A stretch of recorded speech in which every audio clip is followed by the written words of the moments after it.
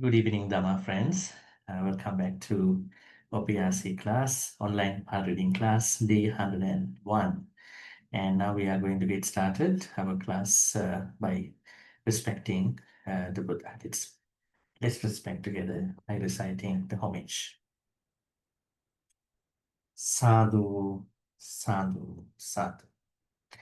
Namo tassa bhagavato arahato samma sambuddhassa. Namo tassa bhagavato arahato samma sambuddhassa. Namo tassa bhagavato arahato samma sambuddhassa.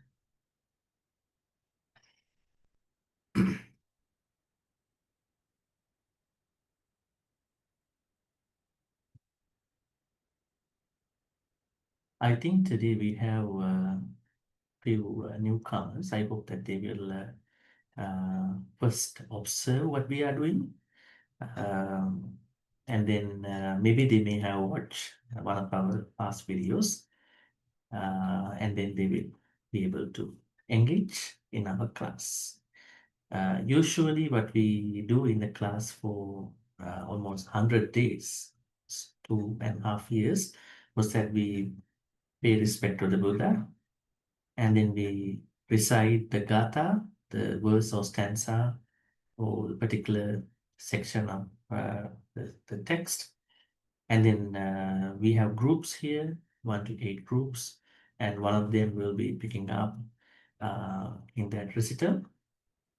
And then after all the groups have finished reciting, we are giving an opportunity to others to read. So they are putting their virtual hand. And we are going to discuss the translation, literal and contextual aspects of the Pali Gatha here. In the last, I think, almost 79 days, we've been discussing about Dhammapada, which is an ongoing text for almost another, I think, more than 200 days, if we're going to do it. And finally, we are learning the story of the stanza as well. All right, so let's get to the stanza now.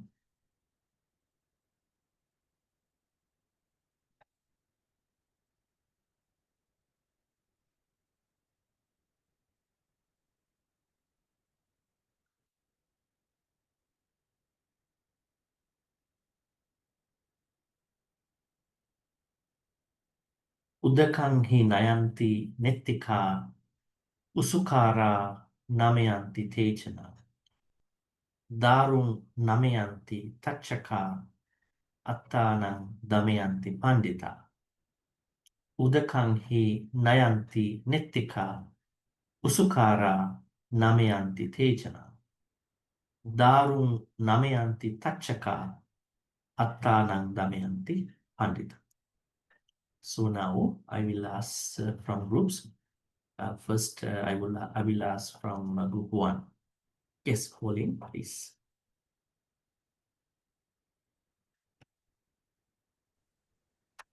Thank you, Bhante. Udakang hi nayanti nettika usukara namayanti tejanam. Darum namayanti tachaka atanang damayanti pandita. Okay, great. Thank you, And Bhante. group 2. Yes, Kim. I will give the chance to Susan after. Yes. Thank you, Bhante.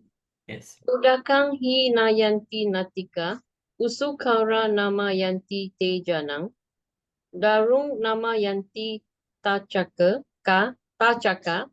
atanang damayanti pandita.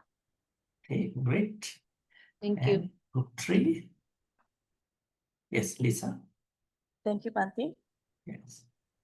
Udakam hi nayanti nettika, usukara namayanti tejanam, darum namayanti tachaka, Atanam Damayanti Pandita. Right, great. Thank you, And Bhante. group 4, KB Omans. Thank you, Bhante. Yes. Udakam hi nayanti netika. Usukara namayanti tejanang. Darum namayanti takchaka. Atanang damayanti pandita. Yeah, great. Thank you. And group 5. Yes, Melinda. Thank you, Bhante. Udakam hi nayanti netika, usukara namayanti tejanam. Darum namayanti tachaka, atanam namayanti pandita. Okay, great. Thank you. And Thank you, Bhante. group 6. Same form, please. Thank you, Bhante.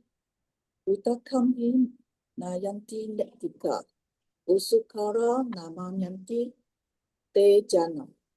Darum namayanti tachaka, atanam damayanti pandita. Okay, great. And group 7.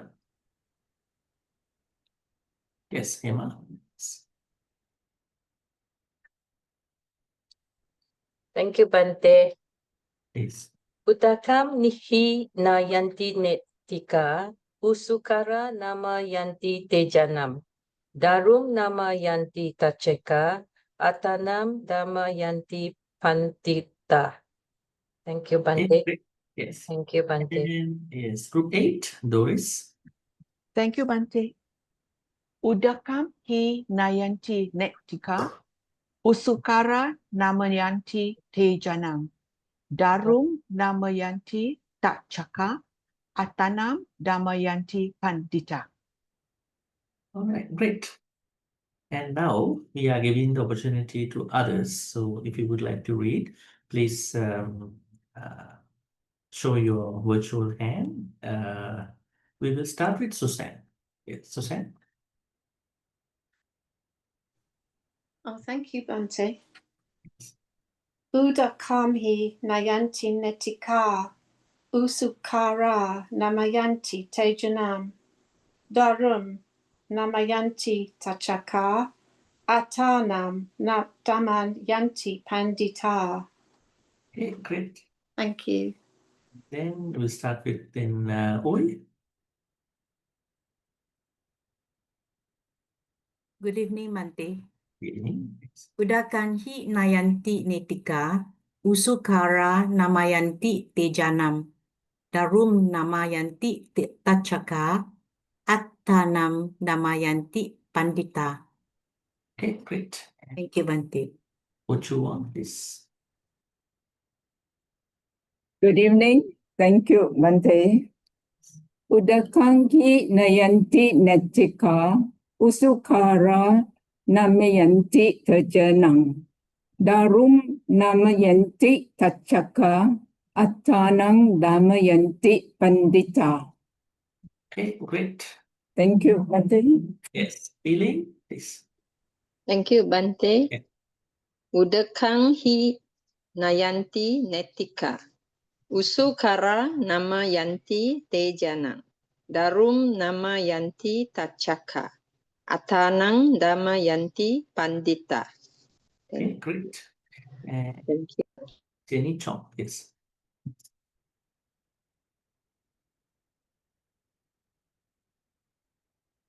Good evening, Bhante. Good evening. Udakam hi nayanti netika, usukara namayanti tejanam. Darum namayanti tachaka, atanang damayanti pandita. Okay, great. Thank you, Bhante. Maybe? Good evening, Bhante. Yes. Udakam hi nayanti netika, usukara namayanti tejanang. Darum namayanti tachaka, atanang damayanti pandita. Okay, great. Thank And you. yes. Udakam hi nayanti natika, usukara namayanti tejanam. Darum namayanti tachaka atanam damayanti pandita. Yeah, great. Thank you, Bhante. And Nayanchi, please. Good evening, Bhante. Good evening. Udakang hi nayanti netika. Usukara namayanti tejanang. Darum namayanti tachaka. Atanang damayanti pandita. Okay, great. And Margaret Khan. Evening, Bhante. Good evening. Udakam hi nayanti natika, usukara namayanti te janam. Darum damayanti tachaka, atanam damayanti pandita. Can you read the first line again, please? Udakam. Udakam hi nayanti netika. Yeah, netikam. Netikam. Udakam hi nayanti netika. Netikam. Yeah, the rest is fine. Yes. Thank you, Bhante. Seri, please. Sukihotu Bhante. Sukihotu. Udakang hi nayanti netika. Usukara namayanti tejanang. Darung namayanti tachaka. Atanang damayanti pandita. Okay, great. Thank you, Bhante. And Cindy, you. Good evening, Bhante. Good evening. Are you new to our class, Cindy? No, Bhante, I've been following your class. Okay, good. Maybe I had an oversight. Please. Udakam hi nayanti netika, usukara namayanti tejanam. Darum namayanti tachaka, atanam damayanti pandita. Okay, great. Thank you, Bhante. Yes.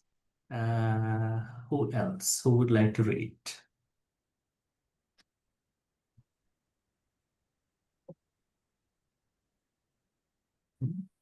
Shampaklan. Okay, let me share the screen again. Okay, please.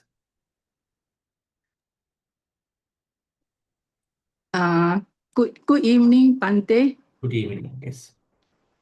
Udakam hi nayanti netika, usukara namayanti tejanam. Darum namayanti tachaka, atanam damayanti pandita. Okay, great. Thank And you, Corina? Bhante. Yes. Yes, Corina. Yes, good evening, Bhante. Good evening. Yes. Udakam hi nayanti netika sukara namayanti tejanam. Darum namayanti tachaka atanam damayanti padita. Great. Thank you. Anybody else? Maybe any newcomer today? If you think you have enough courage to shout out. Yes, Chan. Yes. Can I try? Yeah, yes, please.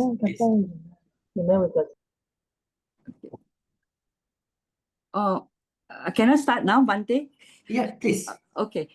Udakam hi nayanti natika, usukara namayanti tejanam. Darum namayanti tachaka, atanam damayanti pandita. Okay, see, you are a very fast learner. Thank you, thank you. Maybe you didn't learn anything about this. You had it before coming. Oh, first time. Maybe, who knows? Who else? Selena, would you like to try?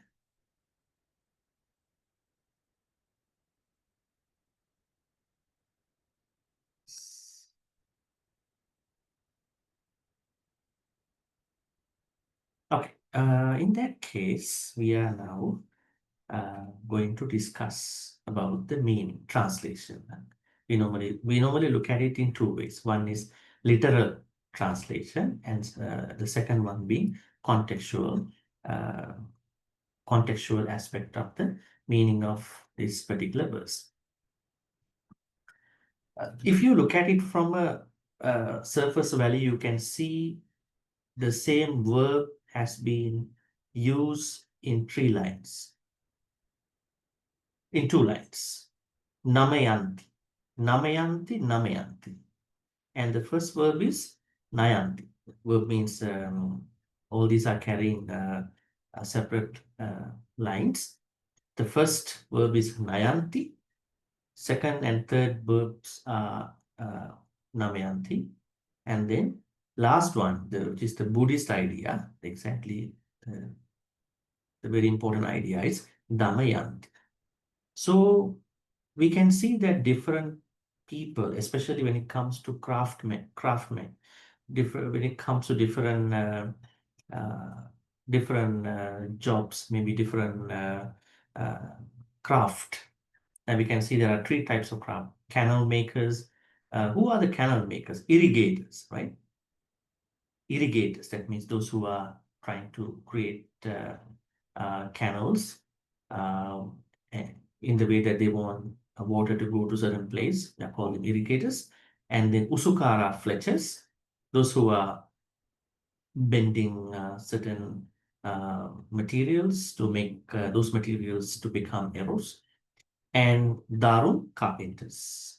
So we have 3 types of people here. Who are they? Nettika, usukara, then tachaka. Look again. Nettika means canal makers or irrigators. Then usukara means fletchers. And then tachaka means carpenters. And then pandita, who are they? They should be us, right? Supposed to be. Wise people. They should be us. I mean, that's what we're trying to be, right? They should be us. That's why I put it this way. Nettika, usukara, then tachaka, pandita. Now, this verse very interestingly shows us the need of taming, in your words, I would say, you can say mind. But if we learn more about the mind, we are going to tame us with regard to our thoughts. The thoughts are the problematic area. It's not just the mind, right? Mind, as you know, we discussed that many times in our class. Mind is a place where thoughts engage. Thoughts arise, stay, and then fade. So our problem is not with the mind. Mind should be there. Right? Our problem is the proper working with regard to the thoughts that are happening in the mind. Right? We will discuss more later. So now the Buddha is discussing about 3 types of people with regard to what they are doing in their jobs, in their professions. First, we will see Udakanghi Nayanti Nettika. Nettika means canal makers or irrigators. They are Nayanti Udakang. They are, Nayanti means leading. Right? Have you ever heard this Pali word before? Neti. Or maybe Ney. Ney. Right? Ney means leading. So Nayanti means lead, propelling, leading. So irrigators, those who are making canals, they are leading water towards the right places, right? Is this a big issue in today's world? Should the irrigators be very much conscious about how to irrigate water? Think about some countries, they have a lot of flood problems, aren't they? They haven't done the flood plans very well. So irrigators are supposed to make that process smoothly because it carries a lot of issues. But they should know how to bring the water, right? That is their job. And then second, Usukara Namayanti Tejana. Usukara means fletchers, right? Who are the fletchers? Those who can bend those arrows or those things. And then they Namayanti, they can bend. Tejana. Usukara Tejana Namayanti. Those fletchers, they can bend those arrows. They can do it the way that they want. And then Tachaka, carpenters. Carpenters, Daru means, Daru?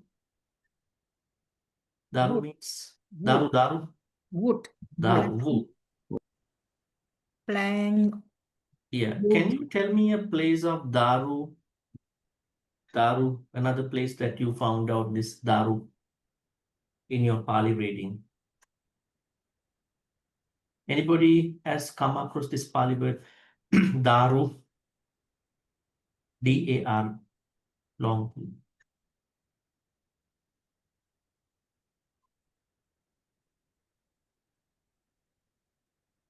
How many of you were there in the meditation retreat about Matta meditation? In the Matta meditation, we discuss a story about a monk. Actually, a lay person. He didn't become a monk, but he became an arahant. What was his name? Bahiya Daru Chiri. Daru. Bahiya Daru Chiri. Daru means wooden, right? That means you know what happened to him. He was a very famous merchant who goes on sea voyages. And what happened on his way to a certain country to sell certain things, his ship was shipwrecked, and then he managed to, everybody else died in the sea. He managed to come back to the shore. When he came back to the shore, he wanted to find out some clothing, but he could not. So he found out certain wooden things, like some kind of wooden stuff that was scattered in the shore.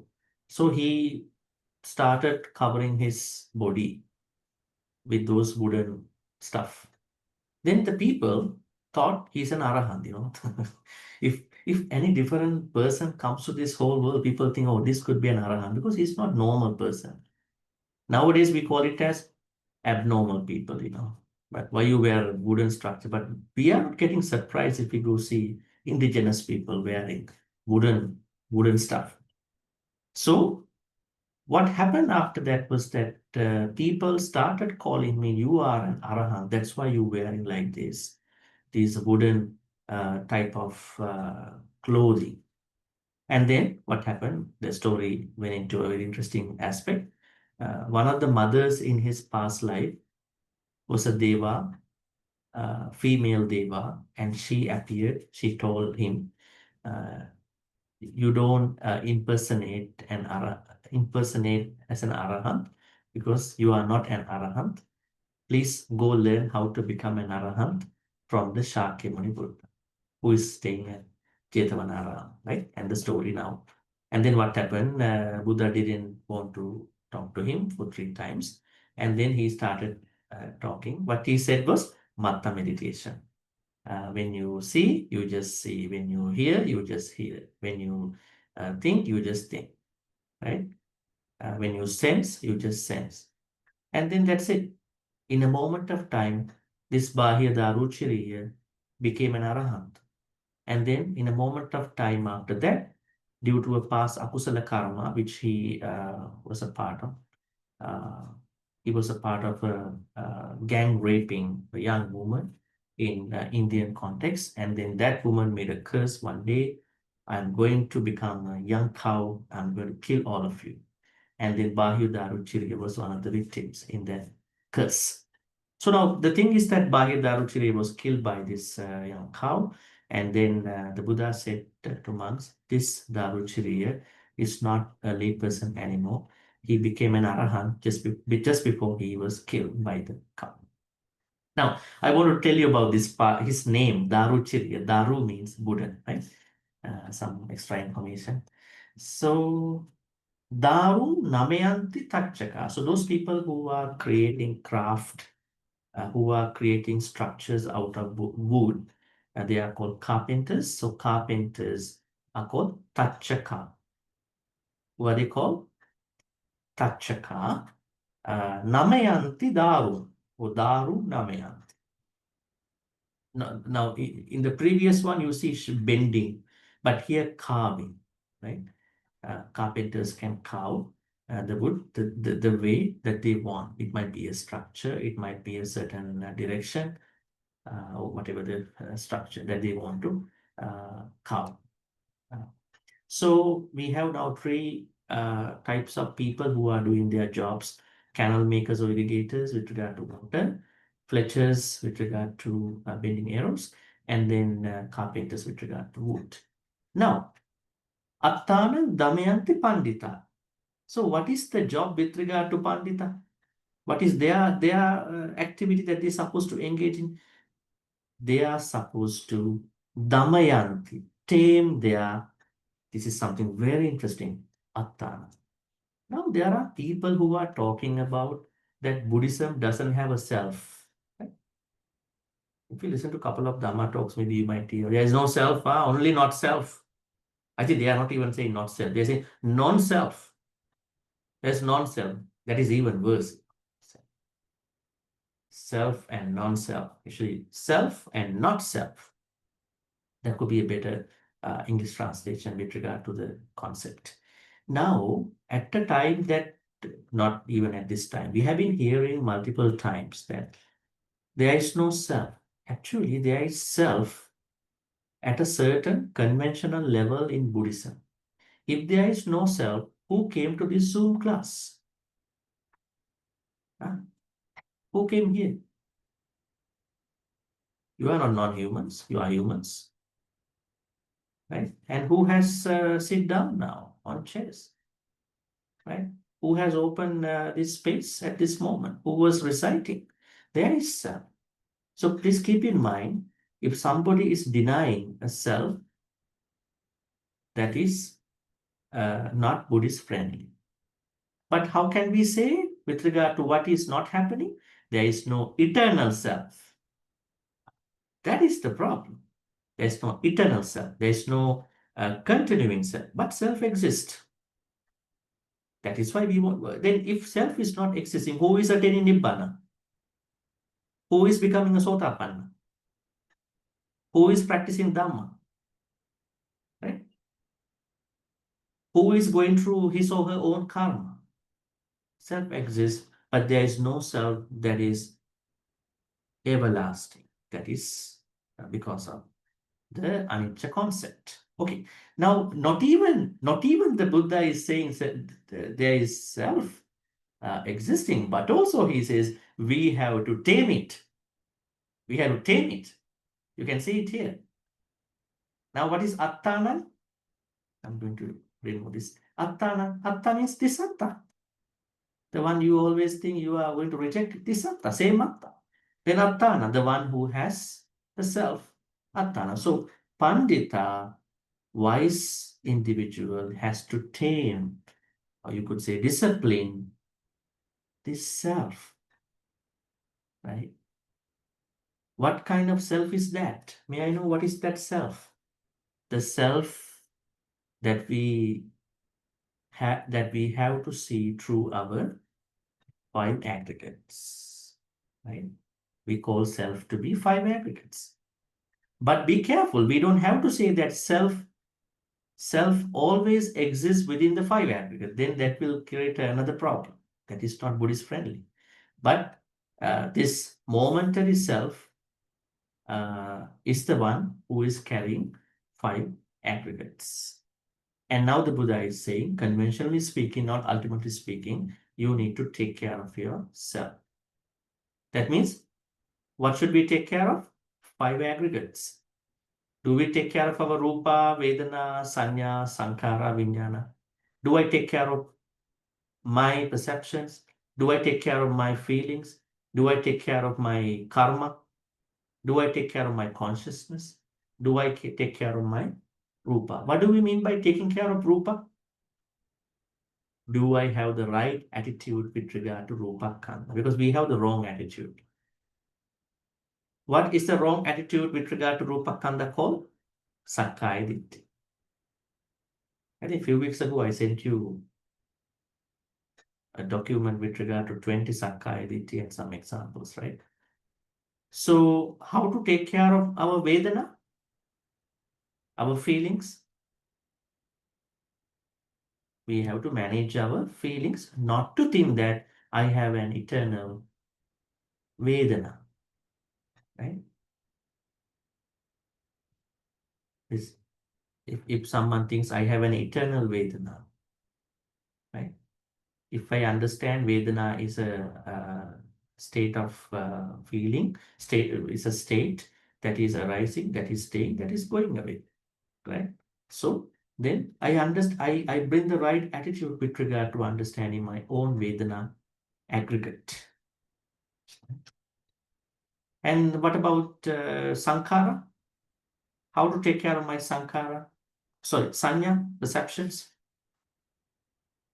We are going through a lot of memories, mental stories with regard to our past, and now, present moment, and the future. So how do I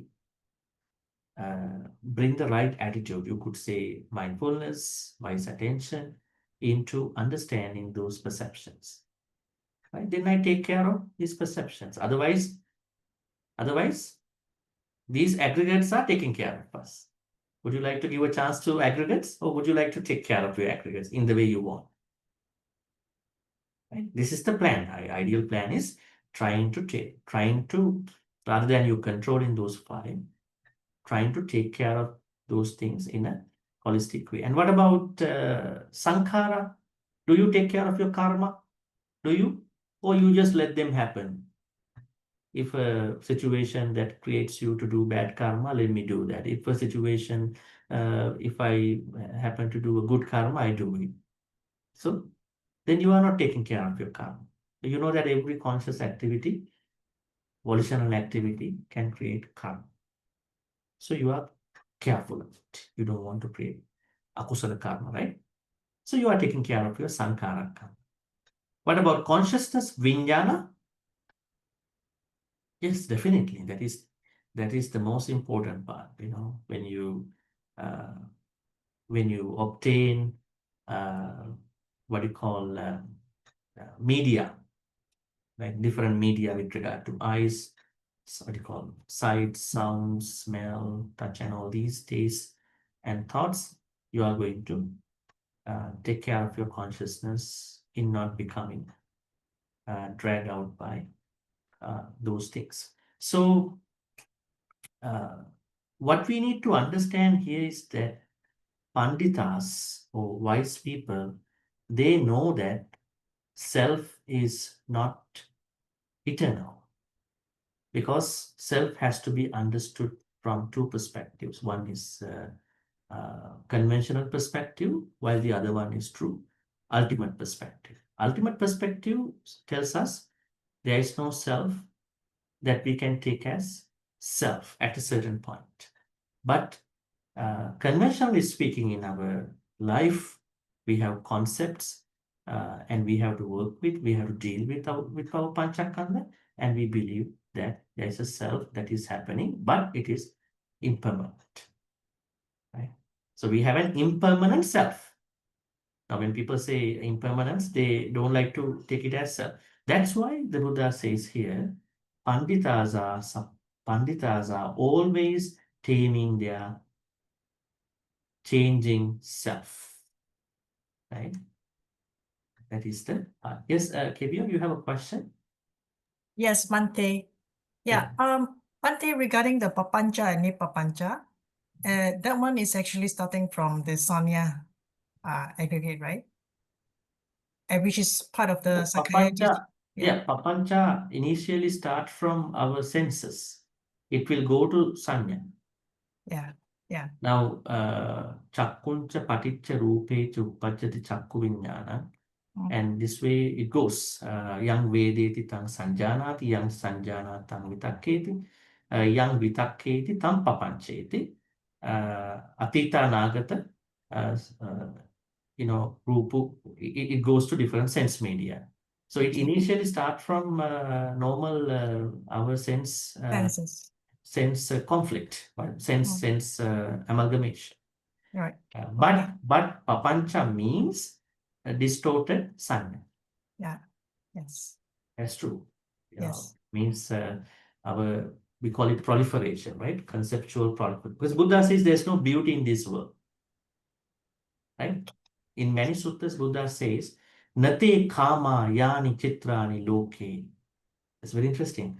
Now we say it's a beautiful tree, beautiful sunset. It's a beautiful XYZ things, people. But the Buddha said, no, they are concepts only. You are conceptualizing only. And you are discriminating between your early conceptualization with the post-conceptualization, maybe someone's conceptualization with your own concept, maybe someone's and someone's conceptualizations. There are no beauty stuff. Beauty is a conceptualization. So just because of that, we cannot say beauty is nothing, right? Because we also take it from a conventional point of view. So that's why all these sannyas are telling us to understand our distortions. The sanya is the one that will be distorted as a papancha. Papancha means proliferation. Okay, so in the stanza, what it says is at the end, now just like how irrigators, fletchers, carpenters do their bending activities, their inner activities with regard to creating their work, panditas, that means should be us. If we are not pandita, we have to be. And then we are the ones. Those panditas are always taking care of. Damayanti. This is a very interesting word. When someone asks, what are you doing for yourself? No, I'm meditating. Why you are meditating? You are damayanti. You are taming yourself. So when you say damayanti, that includes meditation, cultivation, doing kusala, abstaining from akusala. All that is inside. So that includes all the inner work activities you are doing with regard to your life. So damayanti. So panditas are taming their self. So this is the idea. Actually, this what you call idea with regard to three types of people and what they are doing and pandita were not Buddha's initial reference. There was one young monk, very young monk, I would say 7 years old monk called Pandita, Venerable Pandita, as you can see in the notes. He is the one who noticed these first three. At the end of the story, the Buddha is sharing what Venerable Pandita, Samanera Pandita, saw and how he transformed into being an enlightened person. So he kind of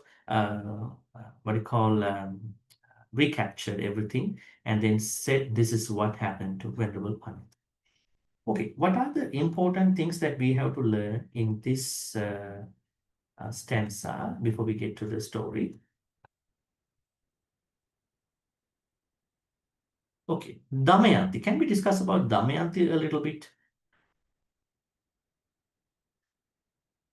This is a very general Sri Lankan female name in Sri Lanka. You can find a lot of Damayantis in Sri Lanka. If you go to Sri Lanka, a lot of Damayanti. First name is Damayanti. Yeah? So you will not be surprised one day if you go to Sri Lanka, you find a Damayanti, right? But here Damayanti means exactly that taming. Where did we discuss taming our mind or taming our thoughts in our sessions? Do you remember? Under which chapter did we discuss that? We had a chapter called Chittavagga. What is it? Chittavagga. Chittavagga was, I think, it was the third Vagga, right? Third or second? Yamaka Vagga, then? Third. Huh? third Vagga, right? It's the third chapter. So, second was I think Appamada Vagga. So third Vagga, the whole chapter of Chitta Vagga is about taming the thoughts. And I repeatedly told you, shared with you during that time, Buddhism does not ask us to control our mind. And Buddhism teaches us to understand our thoughts. Why? What is mattering to us is not the mind, but the thoughts. Why do we say so? It is because the Buddha said in that Chitta Vagga, he minds about the Chitta of sentient beings. Now you can pick up any other Dhamma teaching. Even you might go to a very higher teaching. Let's say you want to discuss about cognitive management, or maybe mindfulness, or maybe cultivation from a higher level. At that point, you will go to Satipatthana Sutta, right? That's the main place to learn. So in the Satipatthana Sutta, how did the Buddha recognize cognition, taking care of part? Did he say Mano Anupassana or Chitta Anupassana? How did he introduce that part? Chitta. Chitta Anupassana. That means being able to see our own thoughts, not the mind. But what can we see in the mind? Right? We are going to look at the consistency of the mind. What is inside the mind? They are thoughts. So chittas are, as such, the most important thing to learn. So that's why in the chapter called Chitta Vagga, the third chapter in the Dhammapada, Buddha is always saying, Chittang rakketa medavi, chittang kuttang sukhavahang, right? In all these stanzas, he's talking about take care of your thoughts, protect your thoughts, right? He's not talking about take care of your mind, protect your mind, take care of your thoughts, protect your thoughts, right? That is how the Buddha explained. And do you Bhante, find any other place to discuss that point? Bhante, Yes.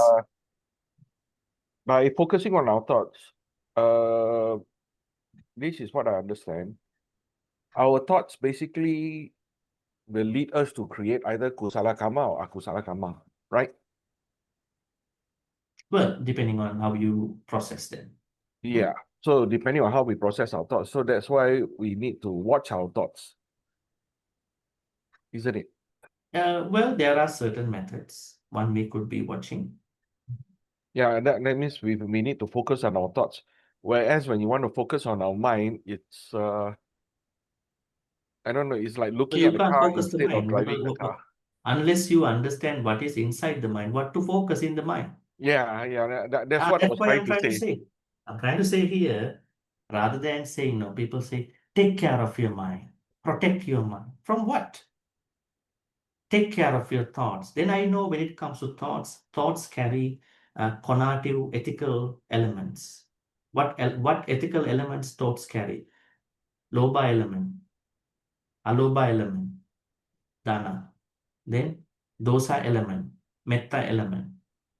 Then panya, what you call moha element, panya element, right? So then we can easily, I mean, of course, compared to taking it as mind, because the word mind is mostly used in this philosophical understanding and psychological understanding in the Western setup, and they use it as one mind.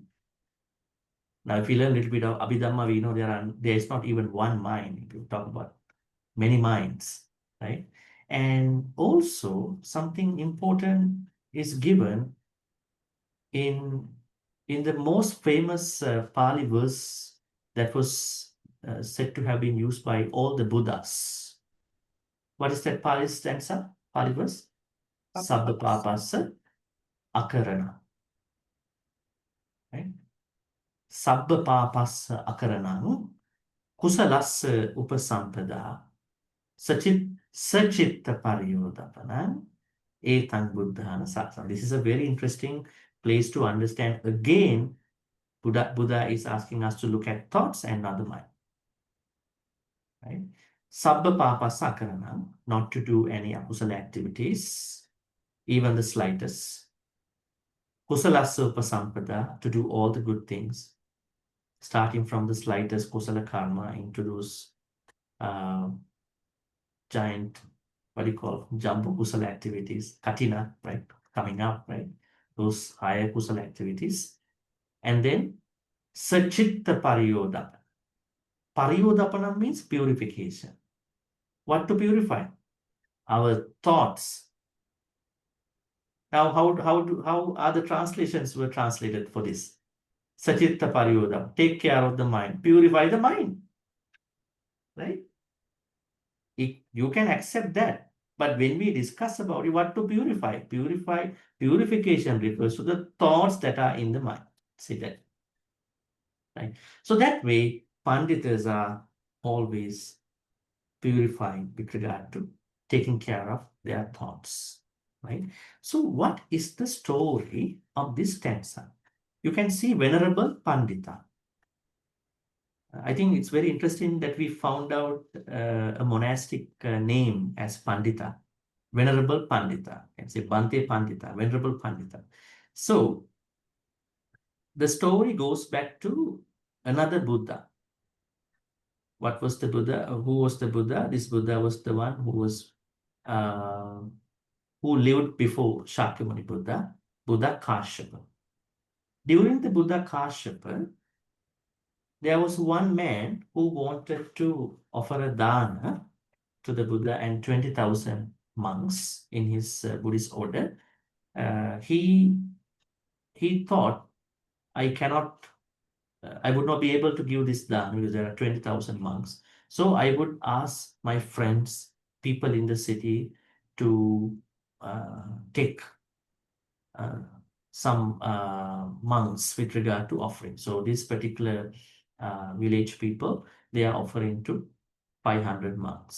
So in this way, he was able to give make the offering. So what happened at the end? He was able to find out a very poor man, and then that poor man was living on daily chores. I mean, he's going to serve in certain houses, and then he approached him, and then he said, you know, you are struggling. Maybe you are struggling because you haven't done enough dana in the previous life. So you and your wife should take care of one monk in this dana, because I have given 999 danas to other people. I will give you one slot. Can two of you make some money for taking care of one monk? Then he said, okay, I will try my best. And then he went home. He told his wife. That wife is very generous person as well. She said she did not inquire. You know, we can't even depend on our budget. How come you accepted to give dana to one monk? She said, okay. So tomorrow we will find some work in the city. We will make some money and then make this dana. So what happened? They went to one of the banker's house, and then he started helping that banker or Setti, just like another Pindika. And then the wife also went to another place, and she's also making money out of that. All these are very much low-paid work. And then what happened? On the dana day, the next day or after a couple of days of that work, the person who organized the dana met this poor man, and then this poor man told him, we are ready for that one month. He said, I totally forgot about it. There are no slots anymore. Then this person, this poor man started crying aloud. You know, not in a way that to insult the person. How come you didn't give me the dana slot? He was crying loud. At that time, it is said the Deva Sakka, Indra, was felt this pain. This because normally it is said that um, uh, the Buddha is favoring the poor people, not the wealthy people. When a poor person comes up with a dana thought, Buddha prioritizes that poor person because he needs to support that person to come to samsara in a better way. He's supporting wealthy people too, but priority is normally given to this kind of person. So what happened? Then the person who organized the dana told him, I cannot do anything now. All the other people have already organized. Maybe you go see the Buddha in the temple. If you have a slot, you may be able to make something. So when he goes to see the Buddha, Kashyapa Buddha, not Shakyamuni Buddha, what happened was that he saw there are a lot of bankers and kings are waiting to get the Buddha's alms bowl, right? Asking Buddha to come to their palace. But all of a sudden, Kashyapa Buddha opened the door and then he gave the alms bowl to this man. And then all the others were surprised. How come this man is going to take care of the Buddha? He looks like a very poor person. But what happened, as I said earlier, the goat Sakka, before he came to the temple, came in disguise as a normal man, asked this man, do you need any help for what you do? Then he said, perhaps I would bring the Buddha today if possible. So I need to organize my house. This house is a shanty, right? Normally it is said that Buddha does not bend when he enters houses. Right? Normally when you get into some shanties, you have to bend because the door is not that tall. Anyways, the Sakka was preparing dana in his own way because he's not showing his Sakka status. And what happened? The Buddha followed this man to his house. It is said that because of the Buddha's power, until the time Buddha came into the house had a tall roof, and then he was able to have dana in his house, this very much poor person.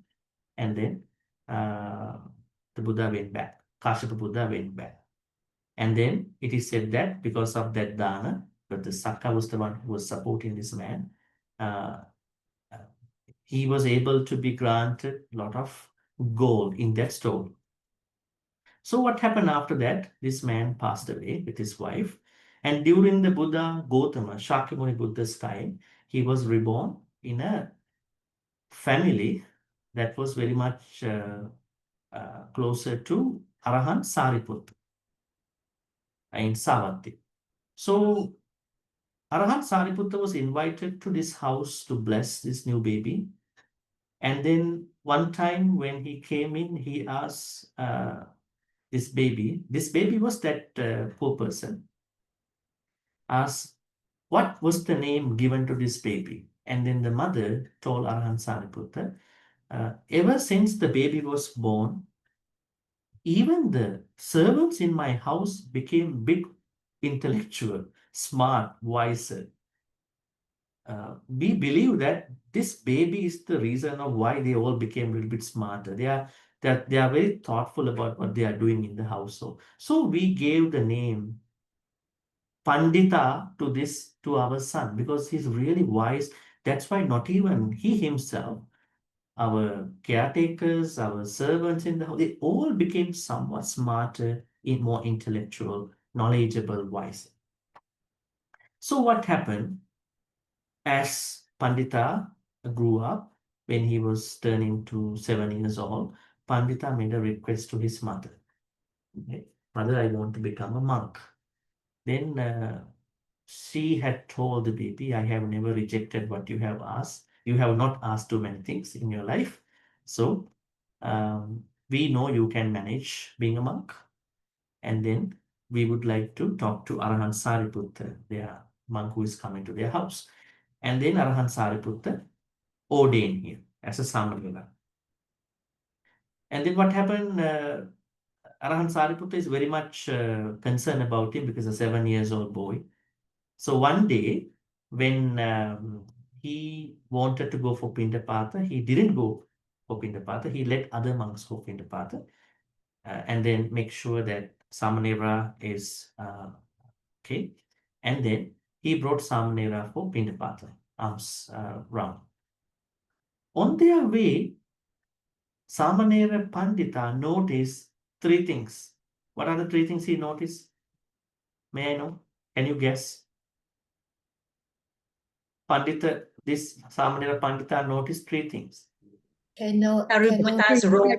These 3 things are the things he noticed. He saw when they were going on a Pindapata round, Samanera Pandita saw some irrigators are making a way for water. Then Samanera Pandita, 7 years old, a very, very small person, doesn't know a lot of things. So he asked from Arahant Sariputta, Bhante, what are they doing? Then he said, they are making way for certain water irrigation. Okay. So they can change the way they can change the way the water is actually flowing, right? So if they can change the way which the water is going, what about the mind? Right? Now he's questioning himself. If they can change, if they can change the way how the water is flowing, where the water is flowing, then what about the mind? I mean, definitely thoughts. We have to take that in that way. And then when they were walking further down on the street, Samanera Pandita also witnessed certain fletchers who were bending those very much hard arrows in the way that they want to make it. And then he again asked Arahant Sariputta, Bhante, what are they doing? They are trying to do some changes to their arrows. Okay, if they can change the symmetry or maybe some other, lines with regard to features with regard to the arrows, then why not the mind? Why not the thoughts inside? If they can change those things. And now they were going further down on the street, and then they saw some carpenters. They are trying to carve certain wooden structures, wooden stuff. And then Pandita Samanera was again observing what are they doing. Oh, they have found out some logs, some wooden logs, and now they are creating whatever they want in that log, in that wooden thing. If they can do that to wooden structures, what about the mind and thoughts? Why can't I bend my thoughts? Why can't I change my thoughts? So he was thinking about it. But he did not inquire a lot from Arahant Sariputta. He was just reflecting about what he saw and with regard to the thoughts. And then what happened? At that point, Pandita Samanera Pandita told him, Bhante, can I go back to the temple? Maybe Arahant Sariputta understood. Maybe he is tired, small boy. Then he let him go to the temple, and then he went for Pindapata. During this time, Shakyamuni Buddha, our Buddha, he's scanning the world, right? Universe. It's bad to say it's world, universe, right? He's scanning. Who am I going to help today for what? For supporting enlightenment, right? This is the main thing. Now, he scanned in a way that he could help speed up certain individuals' enlightenment. Angulimala was not scanned for many months, right? But finally, Angulimala was scanned. He's the one who came to the radar, right? And then he thought, now it is the perfect time to go help Angulimala. Before that, it was not come to his scanning. So on that particular day, he saw 7 years old Samanera Pandita. What he saw was that he was checking what would happen to this Pandita Samanera, or Samanera Pandita. He saw now he is meditating about the importance of disciplining the mind thoughts, because he had a trigger about this thought when he saw three things. What irrigators did, what Fletchers did, and what carpenters did. So he found out yesterday he became an anagami person, third stage to enlightenment. And today, by the end of today, I know, like afternoon time, he is going to be an arahant. But I can see certain setbacks. One setback is Arahant Sariputta has gone for Pindapata. He is bringing food. When he brings the food, he will call upon Samanera Pandita. So he might not be able to attain Nibbana by today afternoon. So I have to do something for that. So that the Buddha wanted to go to Arahant Sariputta's temple. During the time, Arahant Sariputta was not inside the temple. But the Buddha knows Samanera Pandita was meditating inside the room. So he went, he sat down in front of the door. And there are a lot of information. I'm not going to discuss all that because of the timing. Then what happened? It is said that Sakka, that means Indra, also was noticed about the situation, because Indra knew that this is the same person he supported in the previous life of Samanera Pandita, because he supported, right, helping making the dana. So it is said that he communicated with the four guardian deva. Who are the four guardian deva? Viruda, Virupaka, Vesavana, Dataratta, and then asking them to support this young Samanera's enlightenment, maybe making the place a little bit non-noisy and all that. So what happened? Now, as you know, Buddha went and then now sat down in front of the door. Samanera Pandita is meditating inside the room. Suddenly, Arahant Sariputta entered the temple. He came in, but he saw the Buddha. He sat down. The Buddha asked some questions, if I'm not mistaken, 4 questions. And then he asked first about the food, actually. What is the purpose of the food? And then he said that is to take care of our Rupakkhanda, right? What is the purpose of the Rupakkhanda? It is to feel the contact. And then what is the purpose of the contact? And contact is what helps us to stay. So these 4 questions were asked by the Buddha from Arahant Sariputta. By this time, Samanera Pandita had attained Nibbana. So this is what happened in the story. So Arahant Samanera Pandita's story is given to say that even a very minor encounter with regard to our life can support us becoming wise. And then the completion of that wisdom is enlightenment. So this is what happened in the story. And all the 3 things with regard to irrigators, fletchers, carpenters were seen by Samanera Pandita for his own enlightenment. And it was made supported by the Buddha and then good Sakka. Now we will take a look at some of the notes and then we will find out the importance of this story more. See, farmers, fletchers, carpenters, and possibly you finding Dhamma in daily life, right? Self-discipline is the greatest craft. Now we know when it comes to craft, there are a lot of things happening with regard to the craft in today's AI world.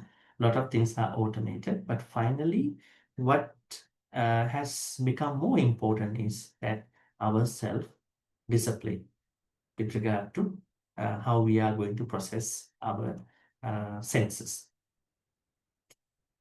The Buddha compared self-training to the process of shaping water-boot arrows by craftsmen, just like how Samnira Pandita saw those three incidents. Lay people too can view life as an art of self-mastery. I think we are talking about art a lot.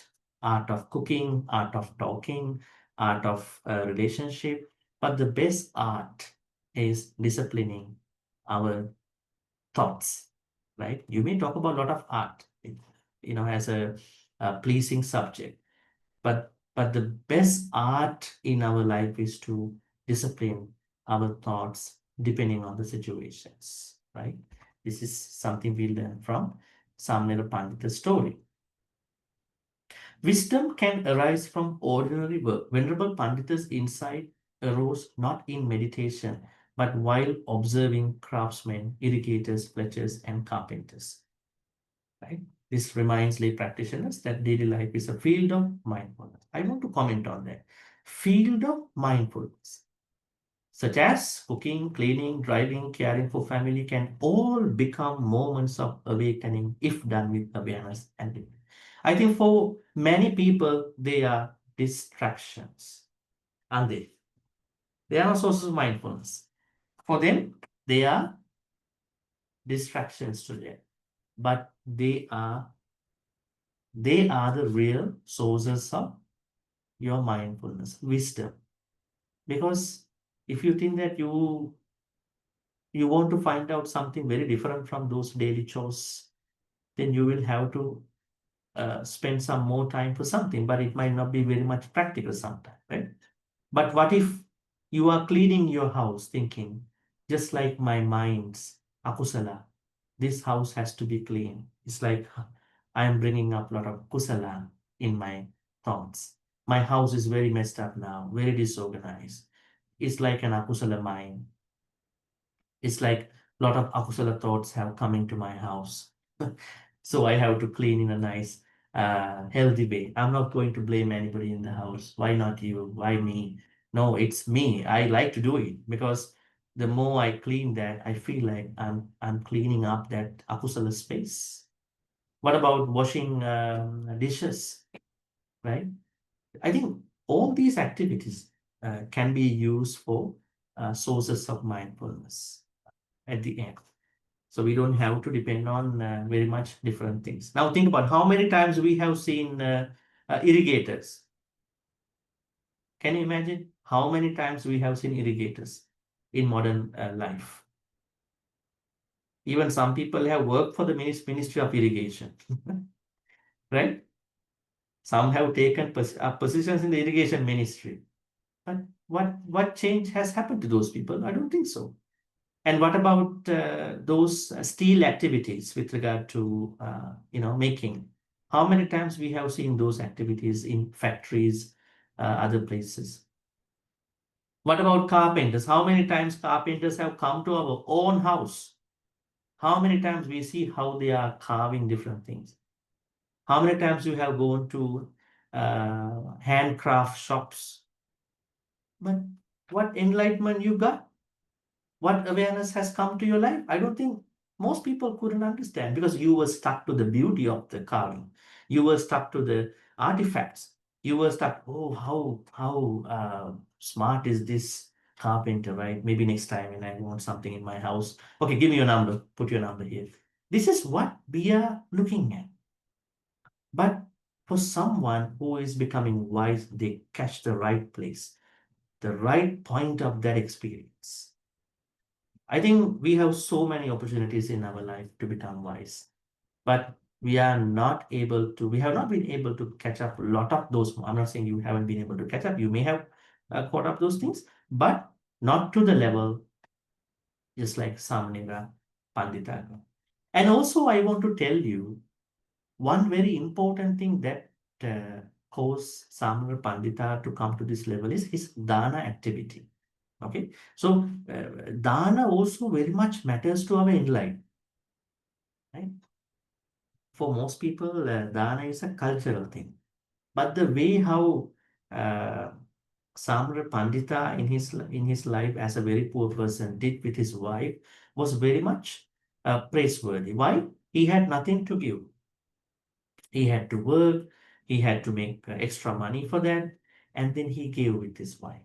So that means when you have nothing and you want to give something, that's going to be a very interesting dana as well. Now, don't wait until you become poor, right? It doesn't mean that you have to be poor and give a dana, right? I mean, compared to a very rich person, we might be poor, right? When you compare someone who is very much rich, I think most of other people can be poor. Then if you can give a dana with that wholehearted mind, thoughts, I'm not expecting anything out of this. I really want to offer, I want that happiness, a sense of happiness that I can earn through that giving. Not my next life, not anything else. The only thing I might expect is to give good karma to my ancestors. That is not bad. That's being grateful for them. Other than that, I have no other expectation of that. This life, I am very poor. Next life, may I be a very rich person. You are trying to make the dana very cheap at that point, right? That's a dana to become rich. Why? If you give the dana without such expectations, your dana is already good.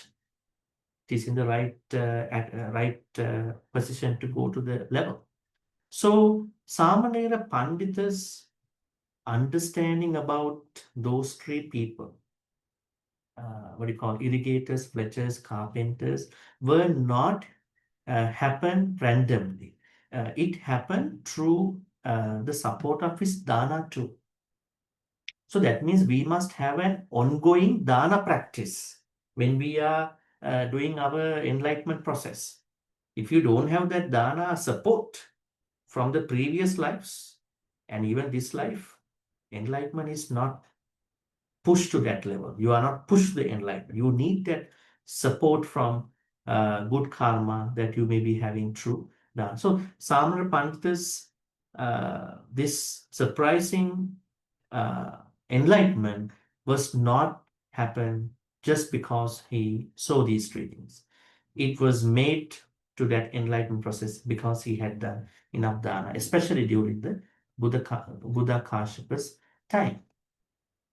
So let me tell you, there are lots of sources for us to be mindful. So don't think that your mindfulness only happens from outside of your house, only in a retreat only. It is happening. It has the possibility to happen in your daily activities. The mind thoughts is a tool to be trained. Like the arrow straightened by fire, the mind should sometimes face challenges to become steady and shape. This is something interesting. What do you think about it? Mind sometimes face challenges to become steady and sharp. We often meet stress, criticism, or loss. These experiences, when met with wisdom, help strengthen the mind, thoughts, rather than weak.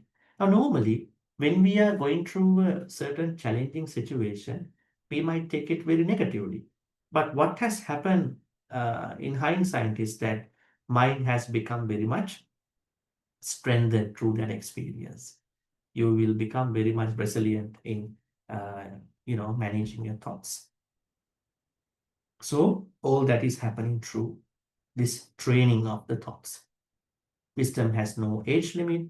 I'm going to summarize because you can read this. Create conditions for calm. The Deva, Sakka kept the surroundings quiet so that Venerable Pandita could meditate deeply. This reminds us that each of us needs moments of solitude. What is that? A private time to reflect on what we have done, what we are doing, what we need to do to act ethically and mindfully. Do you take that time every day? At least before you sleep, did I talk mindfully to somebody? Did I act mindfully? Right? Did I think that quick? We have to do that thing just to make sure that my actions, my thoughts, my speeches were in line with Sila, right? That has to be done. That's why the Buddha asks us to have sunyagara. A lot of people think that is somewhere in the jungle, Then every day you have to go to the forest. No, that is a private place. I mean, you take some private time.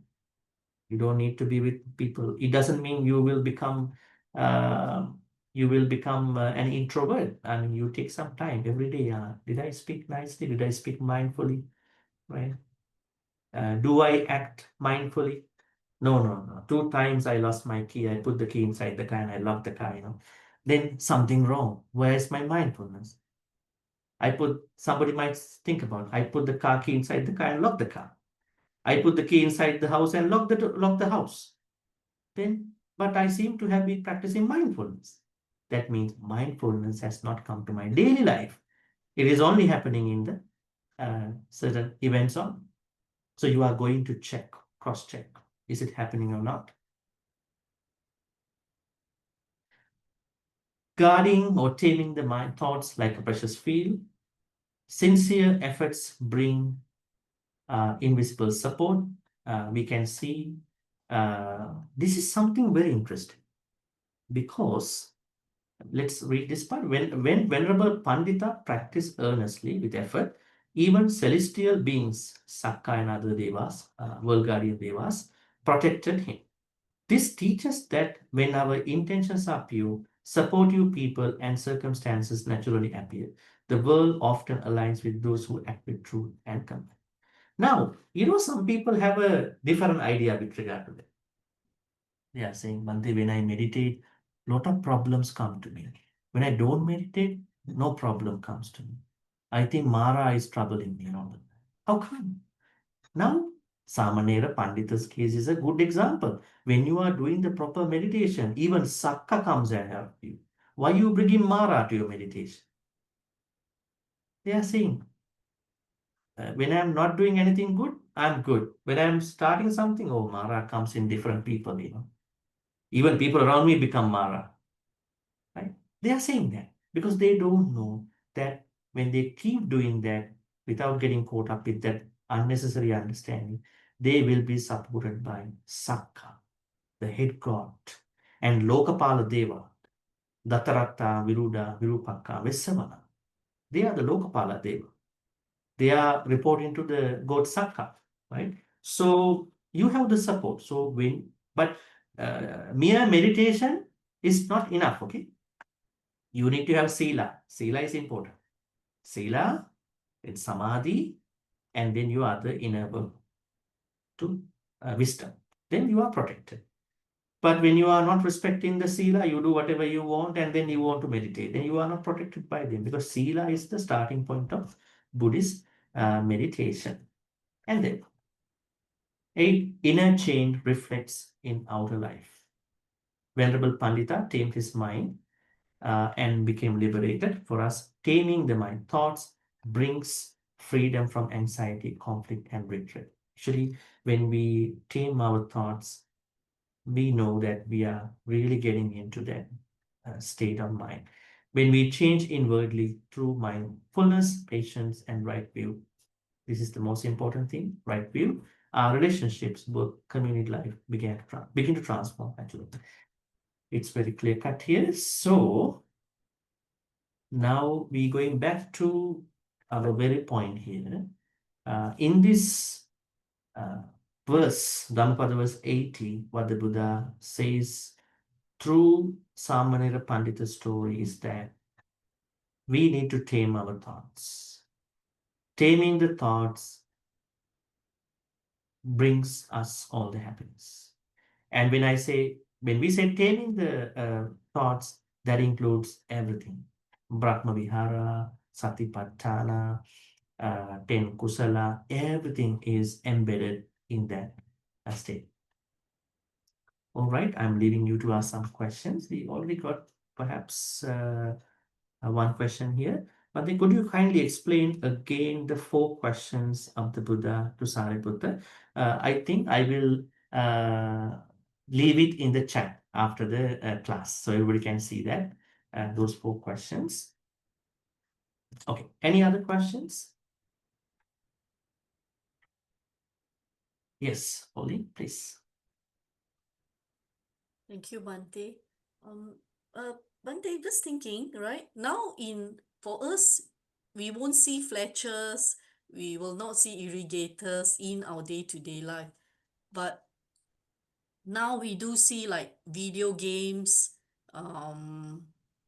We see a lot of like AI, just videos creating, visuals of a person as though that person's really talking, and it can impersonate someone else. So a lot of artificially created things, and then in future there will be like humanoids who actually think like us. And even now with AI assistants, we can actually have nicer conversations with AI than we ever would with another human being. They are very pleasant, very polite, very supportive. So I wonder in what way can we use this, what we experience, like what Venerable Pandita did, to maybe, get a deeper insight into our self, or get us, have that Sunny be the inspiration or something like that, like to have a different view of how we view our world, to deconstruct our view of the world, our perceptions. Is it maybe Bhante can give some ideas? You are trying to see what he saw in the modern world.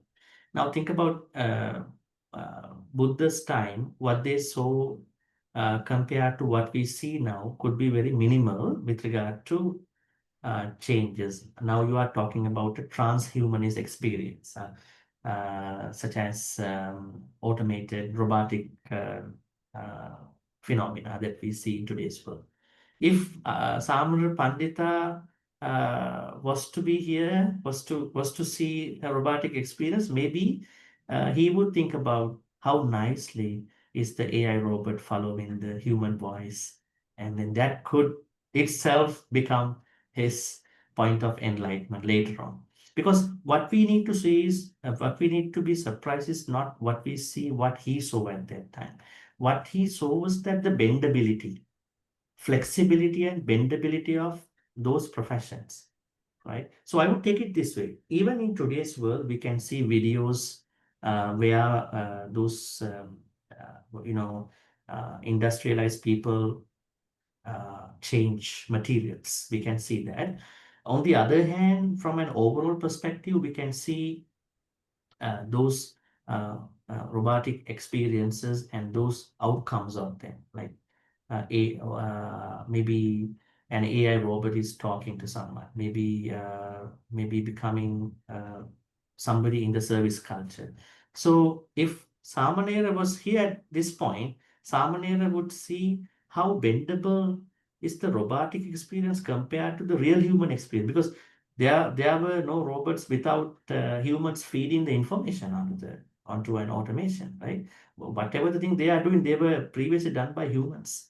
I mean, the existing knowledge. So he might not be surprised about why robots are doing the same thing what humans did. He might see, oh, even robots can follow what humans did. So how bendable are the robots? And then they will make it to a point to that understand.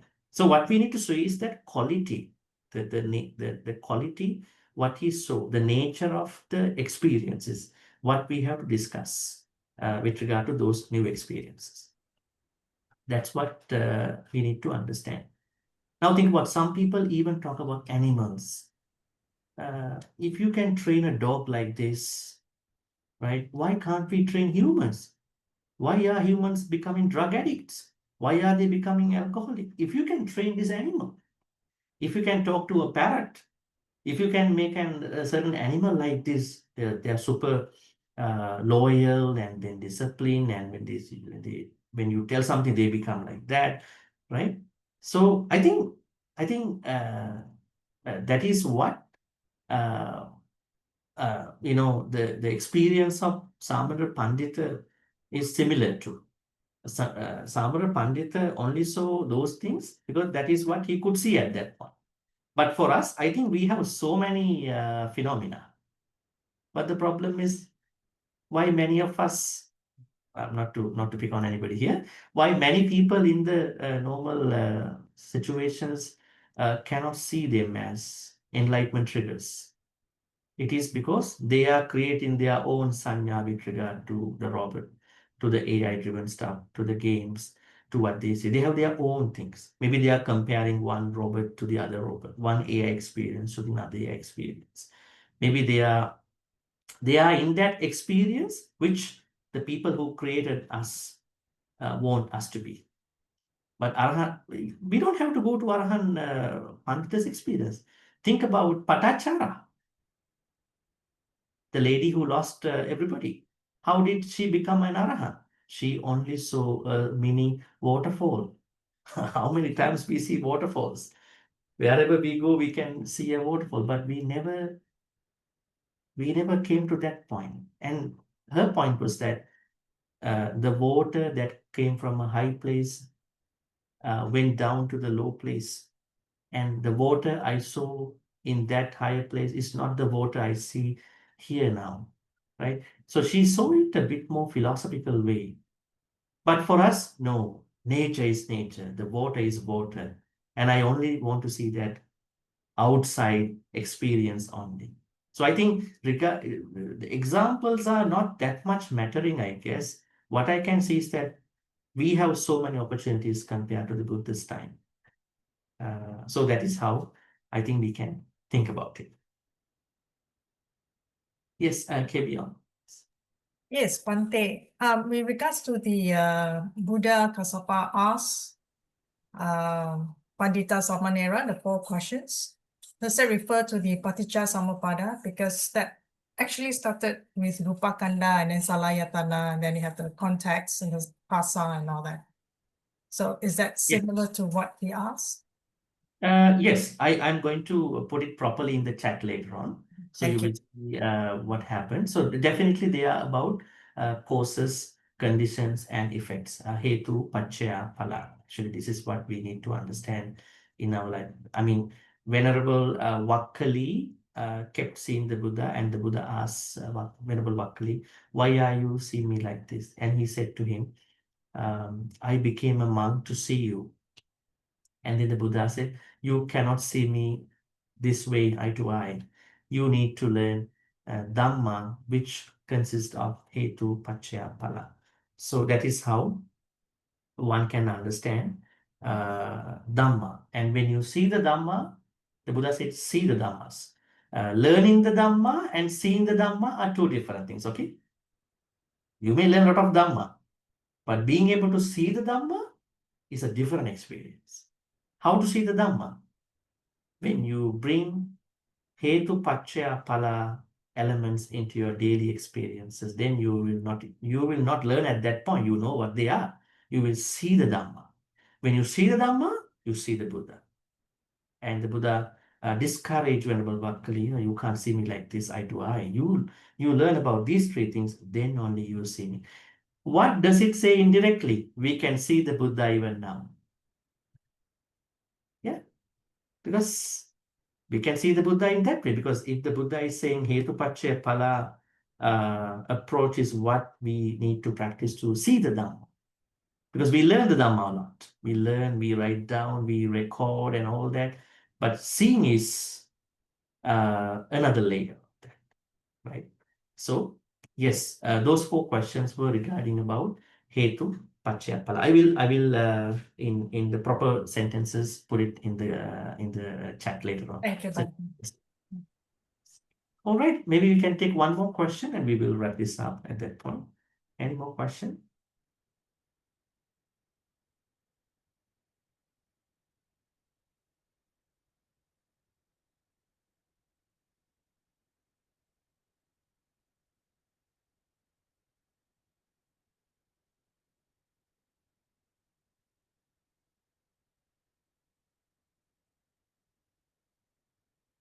Okay, if there are no questions, we are going to wrap this up at this point. So I certainly wish that may you be able to utilize your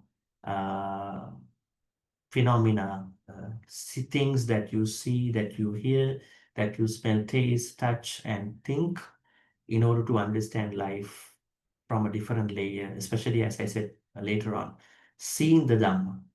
Seeing the Dhamma is not learning the Dhamma experience like. I mean, it has to go beyond, transcend.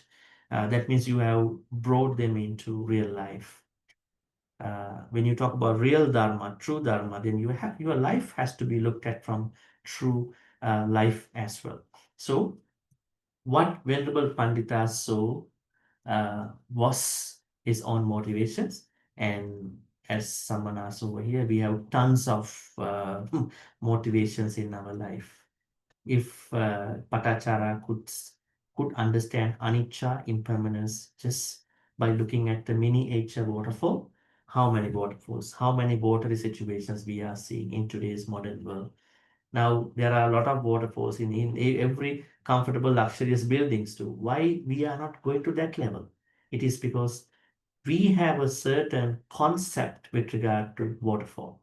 We have to go beyond this, deconstruct that concept when we look at those changes. Not even waterfall, it might be nature, anything.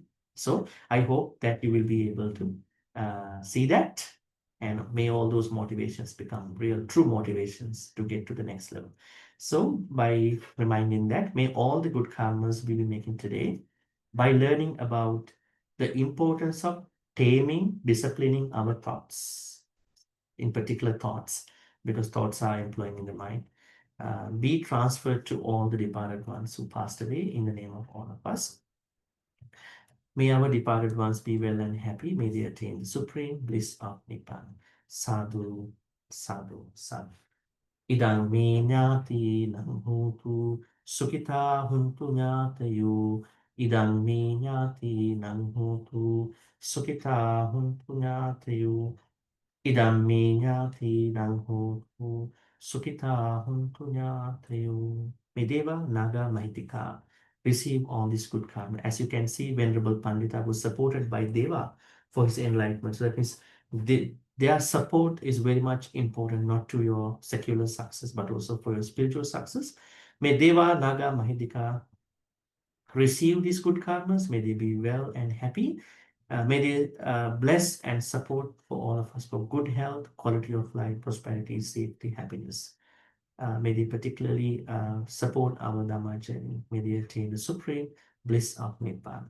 Sadhu, sadhu, sadhu. Ettavata cha amhehi sambatang punya sampradang sabbe deva anumodantu sabba sampatti siddhya. Ettavata cha amhehi sambatang punya sampradang sabbe bhuta anumodantu sabba sampatti siddhya.